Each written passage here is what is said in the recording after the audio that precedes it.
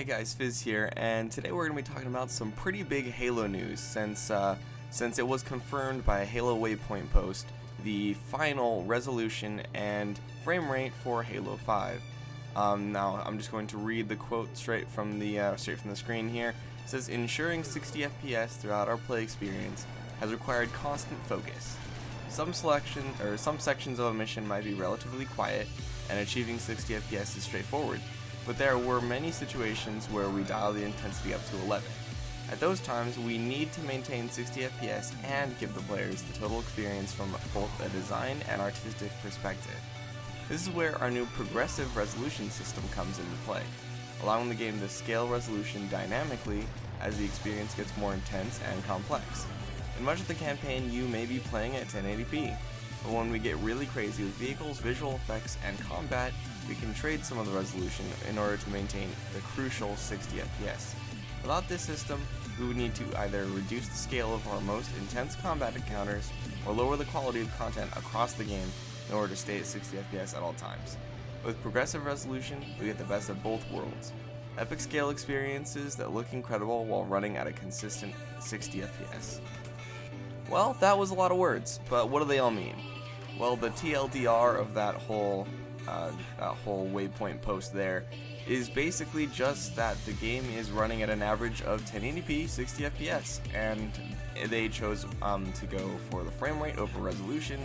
So in order to keep the solid 60 FPS, if there were to be an instance where the frame rate would want to drop, instead of dropping the frame rate, they have the dynamic resolution scaling, sort of like The Witcher 3 had, where if something gets a little bit too intense, the resolution will scale down so that the game can still run at that solid 60 FPS. And honestly, this is pretty cool. I really like this approach of going about it because, in my opinion, frame rate is more important than resolution, and so we can have that 1080p 60 FPS gameplay, and they don't have to sacrifice gameplay features just to keep it running at 60 FPS. They can just drop the resolution and change a couple things so that it'll always be at that consistent 60 FPS, which is quite good. It's pretty good news. I know a lot of people have been really curious about the final resolution of the game, and I know that this didn't give a confirmed resolution range per se about how low the resolution can go, but we have seen some old footage from E3 that has basically had everybody worried because the resolution was dropping quite a bit. And then we got another gameplay trailer a little while after E3, I forget exactly when, but that showed pretty much consistent 1080p or 900p gameplay, and then the newest gameplay they released was pretty much all in 1080p. So they've probably been optimizing the crap out of it, obviously. I mean, this is Microsoft's flagship title. They're going to be throwing as much money as they need to get this game working in a way that's going to satisfy the majority of the consumer base.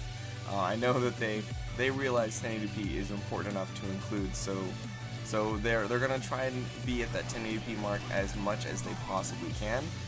Time will only tell how this works for multiplayer. We've only really seen campaign details at this point, and we know that campaign's probably going to be a little bit easier to render, so hopefully the multiplayer can still handle this high resolution without having to drop too much. But even if it does have to drop, I would rather have that solid 60 FPS than a really high resolution. So tell me what you guys think down below about this final resolution and 60 FPS that they've decided upon doing, and whether or not you think the dynamic resolution system is actually going to be worth it, and whether or not you would rather have FPS, or if you think they should drop down to 30 and always have 1080p. Just let me know what you guys think down below, and like, comment, and subscribe if you haven't already, and I'll see you in the next one. Stay classy, guys.